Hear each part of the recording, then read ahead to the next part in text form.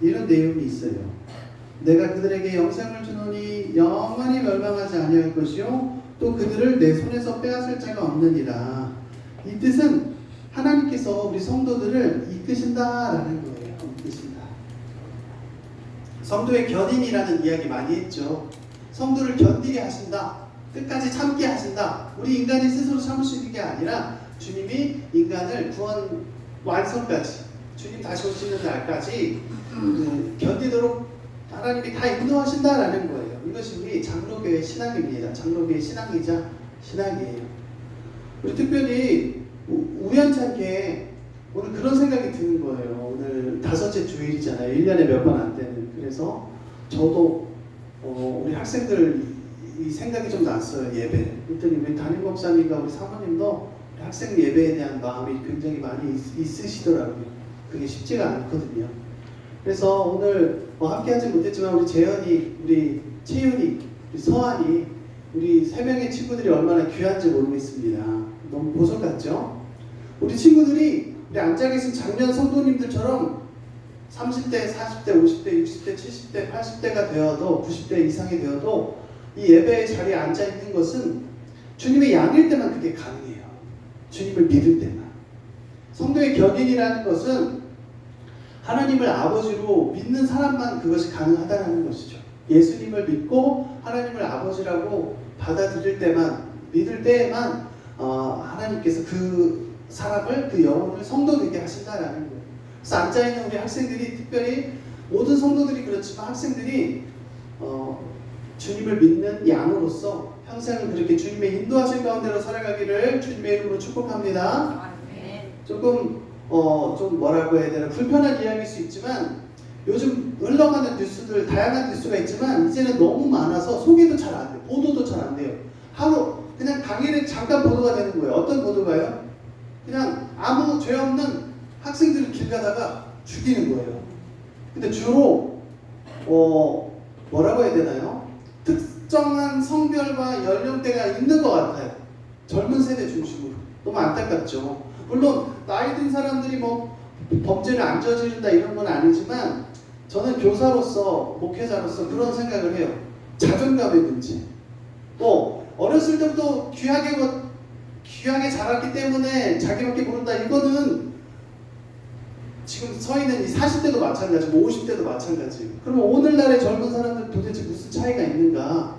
저는 여러 가지 현상이 있겠지만 전문가는 아니지만 준전문가로서 한 가지를 생각해요. 강단에서 이런 이야기를 했는지 모르겠지만 자존감의 문제 같아요. 자존감이 낮으니까 대부분은 지금 신문에 보도가 되지 않던 수많은 사건 중에 하나가 제일 높은 것이 극단적인 선택을 빼면 이건 것 같아요. 사랑하는 연인이 나한테 헤어지자고 했을 때 그걸 받아들일 수가 없어서 그 헤어지자고 한 사람들에게 뭐 복수 안 갚음을 하거나 최근에 일어난 사건은 어떤 사건입니까? 전혀 아무 관련이 없는 밤늦게 집에 가는 여학생을 그냥 찔러서 죽이는 거예요. 그런 일이 왜 생겨납니까? 자존감이 왜 약한, 무너진 자존감 이런 현상이 왜 있는 거예요? 주님을 믿는 주의 음성을 듣지 못하는 목자가 없으면 그렇게 되는 거예요. 끊임없이 우리 안에서 음성이 들려요. 너의 분노를 다스려라. 빨리빨리 저 사람들에게 복수해라. 이거를 거짓 메시지라고 합니다. 선교단체에서는. 그런 거짓 메시지들을 주는 거예요. 자꾸만. 그런데 예수 믿지 않으면, 목자 대신 예수님이 없으면 그 음성대로 하는 거예요. 시키는 대로. 그것을 뭐 가스라이팅이라고 많이 하지 않습니까? 그런 마귀의 음성에 가짜 목사, 사건의 음성에 현혹이 되어서 그렇게 자기도 모르게 범죄를 저지르는 거예요. 평생을, 젊은 나이지만 평생을 어떤 말썽 일으키지 않고 살다가 순식간에 그렇게 된다는 것이죠. 그래서 오늘 말씀을 통해서 예수 믿는 자들은 예수님을 목자로 받들고 목사로 따르는 양과 같은 성도들은 어떤 건강한 자존감을 세워나가는 그런 하나님만 바라보며 주님의 인도하심으로 나아가는 존재들이다라는 것을 오늘 말씀을 통해서 깨달으시기를 축복합니다. 그리고 오늘 말씀에서 또 한 가지 놓치지 말아야 할 것은 목자의 음성을 듣는 양의 반응보다 하나님이 더 목자 되신 주님이 하시는 일이 우리가 더 집중해야 된다는 거예요. 하나님의 손, 양들을 돌보시는 그 손길에 우리가 주목을 해야 된다. 이것이 요한복음 10장 말씀을 제대로 바르게 대하는 우리의 태도입니다. 우리 1절부터 우리 한 절씩 보도록 하겠습니다. 본문 속으로 들어가면 요한복음 10장은 양의 우리 비유예요. 양의 우리. 또 선한 목자 이야기도 있습니다. 우리 중고등부 학생들, 유초등부 학생들이랑 주일에 어떤 걸 하냐면 그런 생각이 들었어요. 공과책을 사서 하는 거는 좋죠. 가르치기 쉬워요. 그대로 하면. 근데 단점이 있어요. 아이들이 좀 더 지루할 수가 있어요. 그래서 커피로 치면은 뭐 가공된 그런 편리한 그런 커피를 줄 수도 있지만 에스프레소 자체를 원액을 줄 수 있잖아요. 그래서 우리 사랑하는 서한이, 재현이에게 에스프레소를 주고 있습니다. 원액을. 성경 그대로 읽은 다음에 보통 아이들 힘드니까 요한복음 한 장 전체를 다 읽기는 힘들어하는 것 같아요. 그래서 3분의 1이든 절반이든 읽고 있는데 아이들 분량을 정해서 읽는데 얼마나 신나게 읽는지 몰라요. 우리 친구들이. 너무너무 우리 착해요. 우리 친구들이. 그리고 성경에서 읽은 내용을 한번 어떻게 깨닫고 어떻게 나누라고 또 그걸 또 나눠요. 공격적으로 서로 막 앞서가니 뒤서가니 나누는 거예요. 너무너무 멋집니다. 그리고 재현이는 자기가 초등학생인데 누나 형들한테 절대 지지 않아요. 자기가 막 먼저 하려고 그러고 성경에 자기가 읽은 내용을 막 이야기하려고 그러고 기분 좋으면 재현이는 막 누워가지고 지드래곤 스타일로 찬송가를 부릅니다. 지드래곤 스타일로 뭐 어떤 찬양을 했죠? 만복의 그것 하나님 이렇게 막 부르는 거예요. 지드래곤 스타일로. 그럼 제가 재현이한테 그래요. 야, 너 이거 찍어서 릴스에 올리면 진짜 100만 정도 나오겠다. 그렇게 이야기를 합니다. 그러면서 서한이랑 채은이는 마치 자기들은 초등학생 시절이 없었던 것처럼 그렇게 낯설게 재현이를 쳐다보는 거예요. 자기들도 그랬으면서. 자기들은 이제 중학생이라고 그렇게 겉으로 나는 너와 달라 이런 뉘앙스를 막 풍깁니다. 우리 중고등부 학생들의 풍경입니다. 주일마다의 풍경. 오늘 요한복음 10장은 세 부분으로 보도록 합니다. 1절부터 6절, 7절부터 18절, 그리고 마지막 19절부터 21절까지를 보겠습니다. 길게 느껴질 수 있지만 짧게 보기 때문에 우리 성도들 즐겁게 또 지루하지 않게 대하시길 바랍니다. 앞서 말씀드렸듯이 10장 전체는 양의 우리 비유, 우리는 울타리죠. 양의 우리 비유, 선한 목자 비유, 그리고 이렇게 후속 사건 19절부터 21절 이렇게 나와 있는데요. 먼저 1절부터 6절까지 한번 보겠습니다. 우리 성도님들 1, 2, 3절만 한번 읽어주시겠습니까? 성도님들이 1, 2, 3절 읽을 때 저는 잠깐 그 모니터 스피커 좀 잠깐 조정하겠습니다.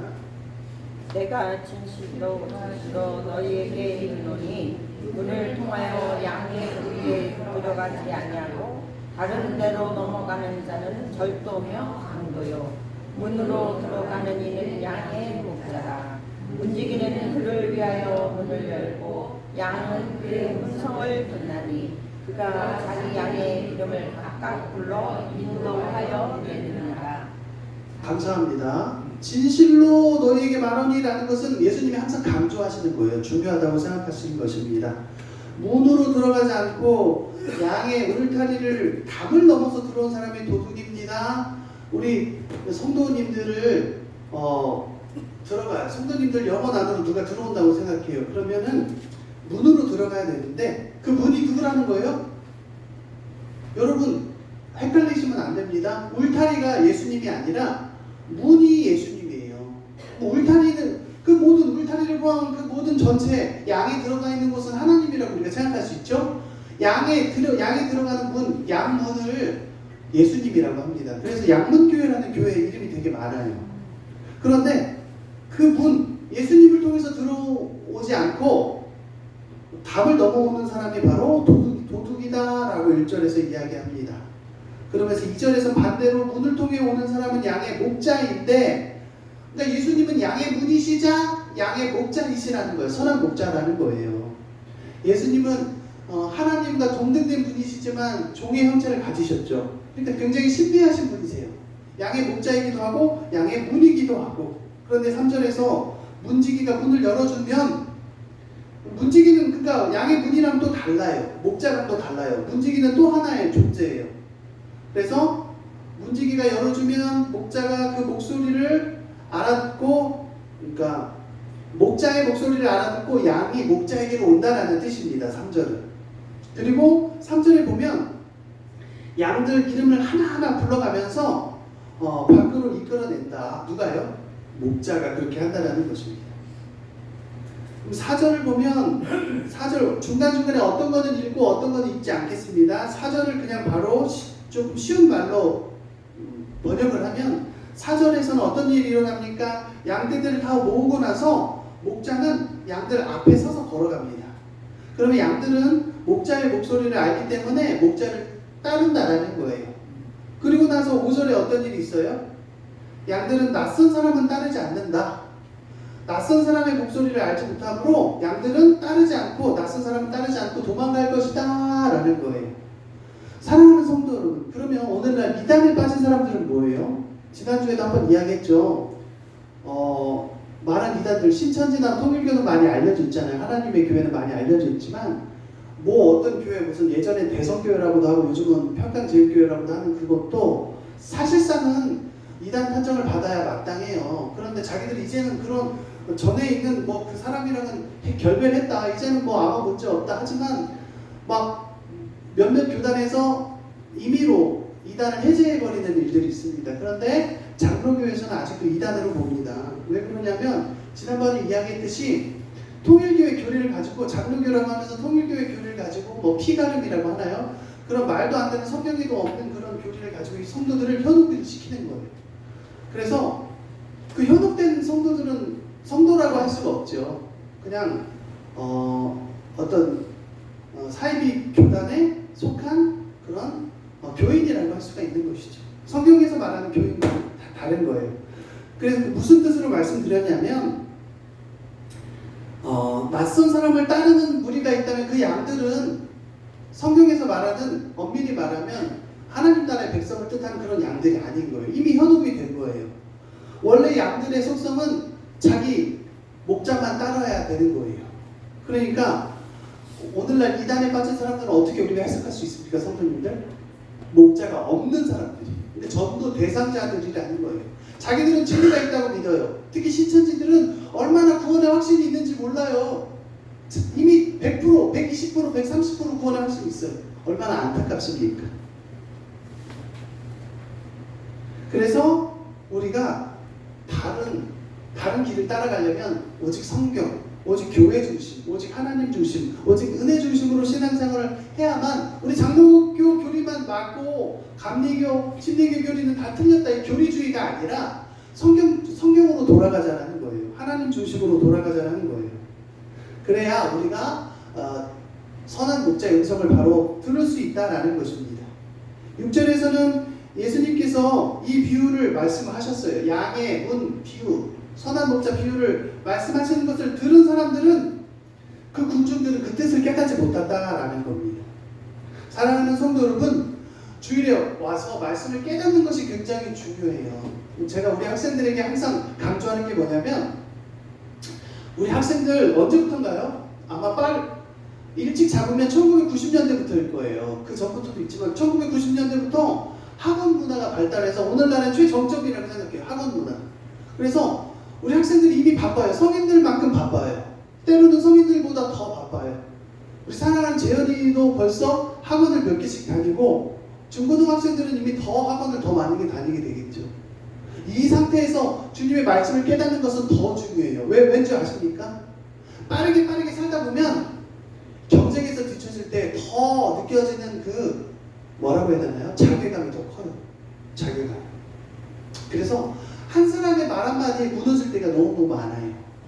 옛날 같으면 어땠습니까? 우리 앉아 계신 장년 성도들은 물려받은 재산, 학벌 별로 중요하지 않았어요. 어떤 사람들은 중요하다고 생각하는데 어떤 사람들은 중요하지 않아요. 왠지 아십니까? 그저 시골에서 자랐든 서울에서 태어났든 그냥 자연을 벗삼아서 괴로운 일이 있어도 그냥 푸른 하늘 쳐다보면서 또 강물에 물 한번 담가두면 사색을 통해서 많은 것이 해결이 돼요. 핸드폰이 없었기 때문에 어디 모란 시장 앞에서 우리 4시 반에 보자 그러면 하염없이 기다리는 거잖아요. 핸드폰 없이. 지나가는 사람들 보면서, 지나가는 아주머니 보고, 아저씨 보면서 그렇게 생각을 하면서 하나님 생각도 하고 또 성도들 생각도 하고 가정 생각도 하면서 많은 것들이 치유가 됩니다. 근데 오늘날 너무 바빠지다 보니까 자기 내면을 돌볼 시간이 없어요. 그러니까 작은 상처로도 크게 무너질 수가 있다는 겁니다. 특히 다음 세대들. 그래서 다음 세대들과 우리 장년 성도들 모두가 주님의 말씀을 먹고 우리 대표 기도자가 이야기했듯이 주님의 말씀을 먹는 것이 굉장히 중요해요. 주님의 말씀을 먹지 않으면 아사 상태, 기아 상태가 되는 거예요. 굶주려 죽는 거예요. 영혼이 메말라서 작은 상처로도 파멸될 수가 있다는 것이죠. 7절부터 18절은 선한 목자 이야기예요. 선한 목자는 동시에 아까 말씀드렸듯이 양이 들어오는 문이기도 합니다. 7절, 8절 제가 읽어드립니다. 그러므로 예수께서 다시 이르시되 내가 진실로 진실로 너희에게 말하노니 나는 양의 문이라. 나보다 먼저 온 자는 다 절도요 강도니 양들이 듣지 아니하였느니라. 우리 9절 10절만 우리 성도님들 읽어주시겠습니다. 시작. 내가 문이니 누구든지 나로 말미암아 들어가며 구원을 얻고 또는 들어가며 나오며 구원을 얻으리라. 도둑이 오는 것은 도둑질하고 죽이고 멸망시키려는 것뿐이요 내가 온 것은 양으로 생명을 얻게 하고 더욱 풍성히 얻게 하려는 것이다. 아멘. 감사합니다. 우리 성도님들 혹시나 두려워하지 않기 바랍니다. 오늘 맨 아래에 있는 21절까지만 우리가 말씀을 보겠습니다. 10장 전체 다 보지 않습니다. 성도님들 7절부터 10절까지가 우리가 봉독을 했는데요. 예수님 7절에 보면 예수님께서 말씀을 가르쳐 주시는 거예요. 내가 양의 문이다 라고 하면서 8절에 반대의 예를 듭니다. 내 양의 문이 나보다 먼저 도착해서 너희를 기다리는 존재들은 도둑이고 강도다. 그러나 참된 양들은 그 도둑과 강도의 말을 듣지 않는다. 앞서 말씀드렸지만 이단 사이비에 빠진 양들은 참된 양이 아니에요. 성경적인 양이 아닙니다. 사랑하는 성도 여러분, 그러면 양들은 어디로 들어갑니까? 예수님 안으로 들어가는 것이 아니에요. 예수님이 하나님이시지만 성부 하나님께, 성삼위 하나님께로 들어가는 거예요. 삼위일체 하나님께로 들어간다는 거예요. 양이 들어가는 문은 바로 성부 하나님이시다. 성삼위 하나님이라고도 해요. 왜 그러냐면 예수님은 겸손하셔서 나는 그저 양의 문일 뿐입니다. 이렇게 고백을 하고 계신 거예요. 사실상 빌립보서의 신학에 따르면 예수님이 바로 하나님이시지요. 9절과 10절의 내용은 무엇입니까? 내가 문인데 나를 통해서 들어오는 사람이 구원을 받을 것이다. 그리고 그들은 자유롭게 문을 드나들며, 그러니까 예수님이란 그 문을 드나들면서 푸른 초장을 찾을 것이다. 푸른 초장을 누릴 것이다. 도둑이 너희에게 오는 목적은 훔치고 죽이고 멸망시키는 것뿐이다. 그러나 내가 온 목적은 양들에게 풍요롭고 만족스러운 삶을 주기 위함이다. 풍요롭고 만족스러운 삶을 주는 거예요. 이건 이렇게 비유할 수가 있습니다. 도적은 성도님들의 영혼을 강탈하는 것이 목적이에요. 빼앗는다. 성도들이 유익이 아니라 성도들이 파멸하는 게 마귀의 목적입니다. 마귀가 보낸 사람이 강도고 절도예요. 아시겠습니까, 성도님들? 이렇게 비유할 수가 있어요. 오늘날 젊은 세대, 우리 앉아있는 태훈 형제만 그 또래에 우리 형제 자매들에게 가장 중요한 게 뭔지 아세요? 대학을 휴학을 했거나 대학을 졸업하고 사회생활을 이제 시작한 사람들에게 제일 중요한 거, 여러 가지가 있겠지만 사회생활에서 제일 중요한 거, 그 형제 자매들 입장에서 임금이에요. 임금. 킹 얘기하는 게 아니라 돈입니다. 월급 주급 말고 또 있나요? 1급. 그것을 제때 주지 않는 경우가 많아요, 요즘에. 그런데 그렇게 되면 어떻게 됩니까? 임금을 빌리거나 채무하면 어떻게 돼요? 죽어가는 거예요. 노동자, 근로자는 그 영혼이 죽어가는 거예요. 그래서 오늘날에는 많이 세상이 발달해서 신고할 수 있게끔 돼 있죠, 노동청에. 무슨 얘기냐? 강도요 절도는 임금을 체불해서 그 근로자의 영혼을 망가뜨리는 그런 악덕 업주처럼 그 영혼을 피폐하게 만드는 사람이에요. 그런데 선한 목자는 어떤 분이십니까? 제때 주는 거예요. 악덕 업자의 반대는 무슨 말입니까? 셈이 칼같이 정확한 사람이에요. 칼같이. 그러니까 좋은 이 경영자는 어떤 사람입니까? 제때 돈을 주는 거예요. 뭐 어쩌다가 어려움이 있어서 며칠 이렇게 연장이 될 수 있다고 생각합니다. 그런데 정확한 셈을 주는 거예요. 왜 그런 이야기 있지 않습니까? 젊은 사람들은 예술 분야, 사진을 찍거나 뭐 모델이 되거나 뭐 그런 분야, 그림을 그려주거나 이런 거는 돈을 받지 않고 그냥 당연히 돈 안 줘도 되지 이렇게 넘어가서 젊은 사람들을 착취하는 경우가 많다고 해요. 이것이 바로 강도의 모습, 절도의 모습입니다. 오늘날 3040 세대에게 제일 중요한 것은 그 사람이 한 것을 정확하게 다뤄서 계산해서 주는 거예요. 한 가지 예를 들어볼게요. 이거 좀 약간 쑥스러운 이야기인데 제가 이따 교회 광고 시간에 이야기할 건데 지금 이야기를 하면은 이런 거예요. 마치 이런 느낌. 제가 사장이라는 뜻은 아닙니다. 오해하지 마세요. 예를 들면 오늘 오후에 뭐 합니까? 우리 대표 기도자가 기도한다면 오후에 어디 가요? 야외 예배를 하죠. 야외 예배의 꽃은 무엇입니까? 말씀입니다. 한균 한 목사님 말씀입니다. 이렇게 대답하신 성도님들은 아주 건강한 멋진 성도님이시고요. 제가 원하는 답은 뭡니까? 야외 예배 꽃은 무엇이다? 레크레이션을 하는데 앉아 계십니다. 안지성 집사님과 우리 안성현, 안성희 집사님 다 준비하신 것 같아요. 전 숟가락만 얹었어요. 숟가락만. 이것이 마치 우리가 필요한 거 이 세대, 3040 세대. 그러니까 청년 세대가 열심히 헌신할 것에 대해서 인정해주고 값을 치러주는 것. 이것이 기성세대가 해야 될 일이라는 거. 이것이 선한 목자의 모습이라는 거예요. 근데 강도요 절도의 모습은 그런 것을 다 삭제하고 지워버립니다. 양은 착취의 대상이에요. 사랑하는 성도 여러분, 마지막 강도의 이야기 마지막으로 하나만 더 할게요. 소셜미디어 보니까 중국의 소림사의 승려가 구속이 됐다고 해요. 60대인데 30년 이상의 세월 동안 소림사를 세계 최고의 브랜드로 만들었어요. 그동안 돈을 막 착취한 거죠. 불교에도 다른 종교에도 절도요 강도가 있다는 거예요. 우리 선한 목자의 모습은 무엇입니까? 앉아 계신 성도들의 유익을 위해서 살아가는 그 예수님의 삶을 살아가는 사람이 선한 목자의 삶입니다. 반대의 모습은 성도들의 영혼을 착취하고 그 유익이 성도들에게 돌아가지 않고 자신에게로 돌아가게 하는 존재가 바로 강도요 절도다라는 것입니다.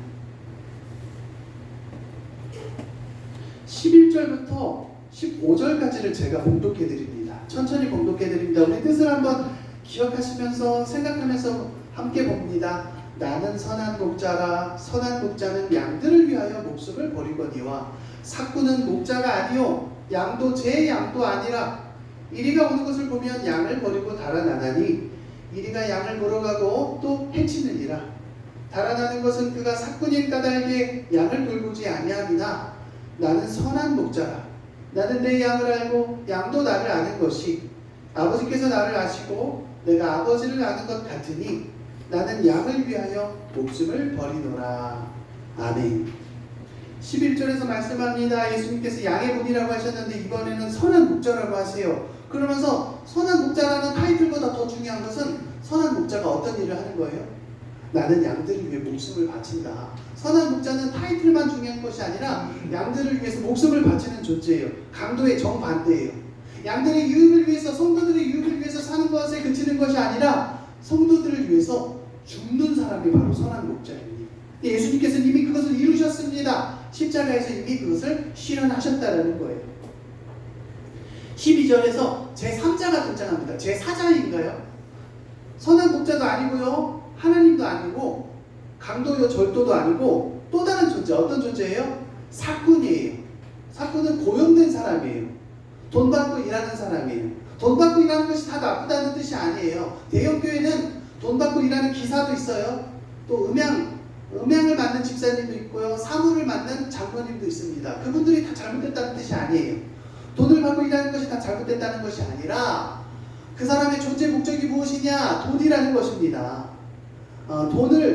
돈이 목적인 사람은 늑대가 오면 양을 두고 달아나지요? 당연한 것 아니겠습니까? 선한 목자가 아니기 때문이에요. 그래서 원수는 마귀를 가리킵니다.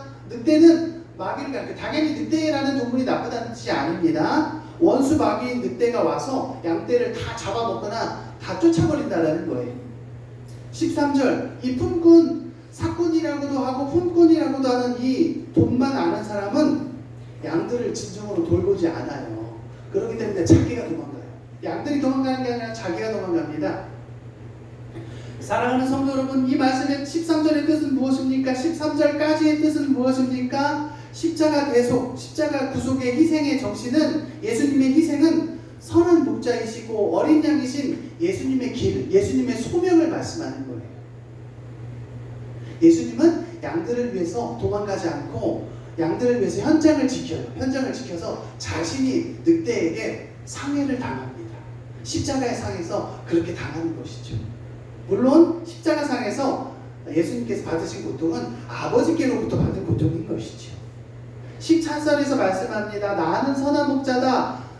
내가 내 양을 안다. 양들도 나를 안다. 이것은 아버지, 성부 하나님이 나를 아시고 내가 성부 하나님을 아는 것과 같다. 그러면서 15절까지의 결론은 이것입니다. 따라합니다. 나는 양들을 위해 내 목숨을 바친다. 감사합니다. 사랑하는 성도 여러분들, 오늘 우리 학생들 이야기를 많이 하고 있어요. 학생들이 한 달에 많으면 2번, 적으면 1번이지만 이 어른 예배에 와서 드리는 게 학생들한테 고역일 수 있어요. 그래서 학생들 언급을 지금 많이 하는데, 학생들에게 중요한 건 무엇입니까? 저는 보안, 위험에 있어서 가장 중요한 게 요즘 교통인 것 같아요. 교통. 강대상에서 욕을 하면 안 되지만 미친 X들이 너무 많은 것 같아요. 운전할 때 있어서 마약에 절어서 운전을 하거나 뭐 약을 잘못 먹거나 음주운전을 하거나, 그래서 꼭 하필 등교길에 출퇴근길에 선량한 시민들을 덮칩니다. 그런 정신 나간 사람들이 너무 많아요. 그래서 무고한 학생들, 성인들이 직장에 가다가 학교에 등교하다가 이렇게 숨지는 경우가 너무 많아요. 갑자기 뚱딴지같이 엉뚱하게 이 얘기 무슨 얘기입니까? 우리 학생들이 지금 초등학교 5학년, 중학교 1학년, 2학년 학생들을 불안하다고, 위험하다고 우리 어머니, 아버지들 또는 조부모가 학생들 도시락 싸면서 등교길, 하교길 다닐 수 없잖아요. 어떻게 해야 돼요? 방법은 하나, 무엇이겠습니까? 하나님께 맡기는 것밖에 없다는 거예요. 그것이 빨리 정립이 되어 있어야 돼요. 그렇지 않은 분들은 늘 두려움에 떨어요. 양의 문이시고 선한 목자이신 예수님께 맡기면 되는데, 그렇지 않기 때문에 불안증, 염려증, 조급증이 늘 있는 거예요. 그렇게 되면 그 영향이 자기 부모인 자기 자신, 보호자인 자기 자신에게만 있는 것이 아니라 자녀에게도 전가되는 거예요. 자녀도 불안하다는 거예요. 우리 이번에는 16, 17, 18절 성도님들 읽어주시면 감사하겠습니다. 시작. 또 우리의 뜻이 아니라 장로님들이 믿어 내가 인하여야 하니 그들도 그의 음성을 듣고 그러하여 혼자에게 있으리라. 내가 내 목숨을 버리는 것은 그것을 내가 다시 얻기 위함이니 이로 말미암아 아버지께서 나를 사랑하시느니 이를 내게서 빼앗은 자가 있는 것이 아니라 내가 스스로 버리리라. 나는 버릴 권세도 있고 다시 얻을 권세도 있으니 이 계명은 내 아버지에게서 나왔노라 하시니라. 아멘. 감사합니다. 16절에서 말씀합니다. 이 우리 밖에 있는, 울타리 밖에 있는 다른 양들도 나한테 있다. 그 양들도 내가 데려와야 한다. 예수님은 교회 밖에 아직 예수 믿지 않은 사람들도 귀하게 여기십니다. 보니까 오늘 대예배 전에도 담임 목사님이 막 방황하고 헤매는 것 같아요. 방황하고 헤매는 양들을 보기 위해서 목사님도 그렇게 방황하고 헤매시는 것 같아요. 누구에게 전도를 해야 될까? 어떤 사람이 지나갈까? 교회 앞에서 그렇게 하시는 거 가지고 보고 귀하다는 생각이 들었습니다. 저는 막 주일이 너무너무 빨라서 그럴 겨를도 없고 핑계일 수 있지만, 근데 계속해서 주일마다 꾸준히 담임 목사님께서 이렇게 전도를 하시면서 솔선을 하시는데 그 열매가, 결실이 반드시 있을 줄 믿으시기 바랍니다. 아멘. 반드시 있다라는 거예요. 지금 없으면 다음 세대를 통해서도 그 열매가 반드시 있다라는 겁니다. 예수를 자꾸 전하면 그 양들, 울타리 밖에 있는 양들이 언젠가는 돌아온다라는 것이에요. 여담해서 죄송하지만, 성도님들 너무 지금 힘들 수 있지만 여담해서 죄송하지만 제가 제 이 개인 일을 하거나 교회 일을 하다 보면 항상 뭐를 틀어놔요. 유튜브에서 아니면 아니면 노래를 듣거나. 근데 노래도 이제 물려가지고 이제 간증을 많이 듣는다고 한번 이야기했죠, 성도님들께. 근데 요즘 제일 많이 듣는 게 CBS에 새롭게 하소서예요. 주영훈 씨가 얼마나 그렇게 진행을 그렇게 재밌게 잘하는지. 그런데 유튜브 알고리즘 보다 보면 자기들이 막 떠요. 새롭게 하소서. 이거 보라고, 저거 보라고. 그걸 알고리즘이라고 하잖아요. 그죠? 최희수 권사님 알고리즘 뭔지 아시죠? 몰라요? 알타리부 말고 알고리즘. 뜨는데 갑자기 엄정한 편이 뜨는 거예요. 옛날에 봤는데. 그래가지고 클릭을 하고 또 저 할 일을 했죠. 교회 일을 했죠. 얼마나 재밌는지. 옛날에 안 들리던 게 다시 들려요. 꼭 집에 돌아가시면 엄정한 편 새롭게 했어서 다시 보시기 바랍니다. 이 얘기를 왜 합니까? 가수 엄정화가 갑자기 예수님 음성이 들려서 교회 십자가가 보이고 해서 자기도 모르게 막 예수님 믿고 막 찾아가게 되는 거예요. 이 우리 밖에 있는 엄정화 씨와 같은 연예인들뿐만 아니라 일반 사람들, 앉아있는 청소년이나 아이들이나 성인들이나 노년이나 할 것 없이 울타리 밖에 있는 양들의 존재에 대해서도 예수님이 관심이 있으십니다. 애타십니다. 그것이 목자의 심정이라는 거예요. 그러면서 예수님 말씀합니다. 그들도 내 목소리를 들을 것이다. 한 목자가 이끄는 한 무리가 될 것이다. 그러니까 예수님께서 말씀하십니다. 내가 이끄는 나의 무리가 될 것이다. 예수님의 목적은 울타리 안에 있는, 내 안에 있는, 예수님 안에 있는 양들뿐만이 아니라 그 바깥에 있는 양들도 관심이 있으시다는 겁니다. 17절에서 말씀합니다. 내가 내 목숨을 바쳐서 되찾기 때문에 아버지께서 나를 사랑하시는 것이다. 그러면서 18절, 아무도 목숨을 내게서 뺏을 수 있는 것이 아니다. 악한 마귀 사단도 나한테 뺏는 것이 아니다. 내가 스스로 버리는 것이다. 양들을 위해서. 근데 왜 버립니까? 오늘 요한복음 10장에 따르면 왜 버리세요? 하나님께서 누구를 보내셨어요? 두 글자. 우리 학생들만 대답해 보겠습니다. 마치는 학생들은 32인치 태블릿 PC, 애플에서 나오는 그 태블릿 PC를 살 수 있는 사이트 주소를 제가 알려드리겠습니다. 자, 두 글자, 뭘 보냈기 때문에 성부 하나님이?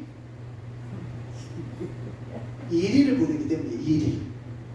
늑대를 보내기 때문에 예수님께서 목숨을 스스로 버린 거예요. 왜냐하면 예수님이 버리지 않으면 저와 여러분이 먹히기 때문이에요. 할렐루야? 그 1위를 하나님이 보내셨다라는 거예요. 마귀가 힘이 강한 게 아니라 하나님께서 그렇게 하셨다라는 거예요. 그걸 섭리와 경륜이라고 하는 겁니다. 내가 스스로 놓을 권세도 있고 다시 취할 권세도 있기 때문이다 라는 것입니다. 이번엔 마지막입니다. 요한복음 10장 19절부터 21절까지 세 절을 저와 성도님들 같이 봉독합니다. 시작. 이 말씀으로 말미암아 유대인 중에 다시 분쟁이 일어나니 그 중에 많은 사람이 말하되 그가 귀신 들려 미쳤거늘 어찌하여 그 말을 듣느냐 하며 어떤 사람은 말하되 이 말은 귀신 들린 자의 말이 아니라 귀신이 맹인의 눈을 뜨게 할 수 있느냐 하더라. 아멘. 감사합니다. 마지막 세 절만 보고 말씀의 결론을 맺겠습니다. 예수님이 이 모든 말씀을 하시자 사람들의 의견이 또 갈렸어요. 20절에 한쪽은 어떻게 생각합니까? 저 사람 제정신 아니다. 귀신 들렸다. 21절. 다른 한쪽은 귀신 들린 사람의 말처럼 들리지 않는다. 어떻게 귀신 들렸으면 어떻게 맹인의 눈을 뜨게 할 수 있느냐라고 이렇게 논쟁이 오고 갑니다. 사랑하는 성도 여러분, 오늘 말씀의 결론을 맺으면 우리 10장 1절에서 6절을 아까 다 봤지만 중요한 것만 간추려서 말씀합니다. 예수님은 창세전부터 예정된 주권적인 목자이십니다. 두 번째, 예수님이 양의 목자에 선한 목자이신 예수님께서 양들이 선한 목자이신 예수님의 음성을 알아듣는 것은 인간의 능력과 의지가 아닙니다. 바로 성령이 하시는 일, 불가항력적인 은혜라는 거예요. 거부할 수 없는 은혜라는 거예요. 그리고 목자와 양의 관계는 잠시 후에 다시 설명하겠지만 목자와 양의 관계는 우리가 흔히 말하는 예수 그리스도와의 연합, 주님과의 연합이라는 뜻이에요. 4절에 보면 다른 존재는 따르지 않는 양의 모습은 우리에게 무엇을 말씀합니까? 참된 신자가 갖는 영적인 분별력을 가리켜요. 우리 성도님들 분별력이 있으셔야 됩니다. 거짓 메시지에 속으시면 안 된다는 거예요. 마지막으로 6절까지 어떤 내용입니까? 구원의 주도권은 예수님께 있다라는 겁니다. 그러면 7절부터 18절에서는 1절부터 6절까지는 선한 목자와 양의 연합을 말씀하고 있다면 7절부터 18절까지는 선한 목자의 대속, 구속과 속죄에 대해서 이야기합니다. 첫 번째, 예수님은 자기 자신을 양의 문으로 계시하시는데 그 뜻은 무엇입니까? 예수님만이 유일한 구원자이시다. 구원주이시다. 선한 목자이신 예수님이 양들을 위해서 목숨을 바친다라는 것은 당신의 백성을 위해서 드리는 자발적인 희생이다. 양들을 위해서 내가 죽는다라는 선언은 어떤 계시입니까? 그런 은혜, 대속의 은혜, 예수님의 대속의 은혜를 드러내는 거예요. 그리고 아까 말씀드렸듯이 예수님께서는 목숨을 버리실 권세와 다시 얻으실 권세를 동시에 성부 하나님께 받으셨다라는 것이 중요해요. 예수님의 희생은 이미 태초부터 작정된 것입니다. 성부 하나님의 작정, 성자 예수님의 순종이 성령의 적용으로 우리에게 오신다라는 거예요. 삼위일체의 놀라운 신비가 이 선한 목자의 이야기에, 이 성경 이야기에 담겨있는 정신이에요. 마지막 19절부터 21절까지는 복음의 배타성을 이야기해요. 예수님을 거부하는 사람들은 양의 문 안으로 들어가지 못합니다. 예수님을 받아들이는 사람들은 성령에 의해서 구원을 받습니다. 이것을 정리하면 예수님이 자기 자신을 드러내는 자기 계시는 믿는 자와 안 믿는 자의 사이를 분리하고 구분을 합니다. 우리가 분별하게 해줍니다. 두 번째, 인간의 전적인 무능과 타락을 가르쳐요. 어떤 타락이요? 이런 비유를, 선한 목자 비유를 했는데도 완악한 이스라엘 사람들은 예수님을 믿지 않고 거부했잖아. 인간의 타락을 가리키는 증거입니다. 세 번째, 택한 사람들은 예수님의 말씀이 생명의 말씀이 되는 거예요. 양의 문 안으로 들어가는, 우리 안으로 들어가는 양이 되는 거예요. 맹인의 눈을 뜨게 하신 그 표적은 오늘 본문에서 어떻게 해석이 되고 있습니까? 예수님이 바로 우리의 구원자이시다. 하나님이 보내신 구원자이시다라는 거예요. 마지막으로 성령의 조명하신, 성령이 비춰주셔서 역사하는 그 참는 양들은 예수님을 주님으로 고백할 수 있다라는 것입니다. 성경에서 증거하는 목자와 양의 관계를 간략하게 세 가지만 짚어봅니다. 첫 번째, 전적 의존과 주관적 돌봄. 이 말은 무슨 뜻입니까? 양은 자기를 돌볼 수가 없어요. 그런데 선한 목자의 돌보심이 있을 때만 푸른 초장을 누릴 수가 있다는 거예요. 쉴만한 물가로 들어갈 수 있다는 겁니다. 영생과 이 언약을, 안식을 나타내는 거예요. 두 번째, 주님의 소유, 언약적인 소유와 세밀한 인도하심은 무슨 뜻입니까? 주님은 나의 목자이십니다. 나는 주님의 양이십니다. 시편 23편의 고백처럼 주님은 나의 목자시기라는 고백이에요. 주님이 양의 이름을 알고 양은 주님의 음성에만 순종하는 것은 교제를 말합니다. 코이노니아, 주님과의 교제를 말해요. 성도들 간의 교제뿐만 아니라 우리 양과 주님과의 교제를 나타내는 거예요. 마지막, 양과 목자의 관계, 성경적인 관계는 어떤 뜻입니까? 대속적인 사랑. 양의 생명을 보존하기 위해 예수님께서 자기 자신을 제물로 드리셨다는 것은 우리에게 무엇을 도전합니까? 사단과 마귀와 죽음의 권세로부터 양들을 영원히 안전하게 지키시는 그 선한 목자가 있기 때문에 두려워하지 말아라 라는 것이에요. 그냥 두려워하지 말라는 것은 세상이 우리에게 하는 말이에요. 그런데 우리는 선한 목자가 계시니까 두려워하지 말라라는 것입니다. 마지막으로 우리 성경 구절, 화면에는 없는 것 같은데요, 한 구절만 찾아서 같이 읽고 기도할게요. 베드로전서 5장 1절로 4절입니다. 베드로전서 5장 1절부터 4절 함께 같이 읽을까요? 베드로전서 5장 1절에서 4절입니다. 제가 봉독해 드릴게요. 베드로전서 5장 1절로 4절입니다. 너희 중 장로들에게 권하노니 나는 함께 장로된 자요 그리스도의 고난의 증인이요 나타날 영광에 참여할 자니라. 너희 중에 하나님의 양무리를 치되 억지로 하지 말고 하나님의 뜻을 따라 자원함으로 하며 더러운 이득을 위하여 하지 말고 기꺼이 하며 맡은 자들에게 주장하는 자세를 하지 말고 양무리의 본이 되라. 그리하면 목자장이 나타나실 때에 시들지 아니하는 영광의 관을 얻으리라. 마지막으로 한번 따라해 주시면 감사하겠습니다. 시작. 양무리의 본이 되라. 주님의 분부하신 대로 양무리의 본이 되시기를 주님의 이름으로 축복합니다. 이 시간 우리 잠시 기도할 시간 잠깐 드리겠습니다. 마음의 준비를 하고 말씀의 결실을 위한 기도를 제가 드리겠습니다. 우리 눈을 감고 집중해서 하나님께 기도하겠습니다. 하나님 아버지, 양의 분이신 어린 양 예수 그리스도를 이 땅에 보내주셔서 감사합니다. 방황하는 한 마리 양이던 나를 위해 스스로 목숨을 버리신 선한 목자 되신 주님을 찬양합니다. 사꾼과 달리 양 무리인 교회를 진정으로 아끼사 풍성한 삶을 주시는 교회의 머리이신 주님을 사랑합니다.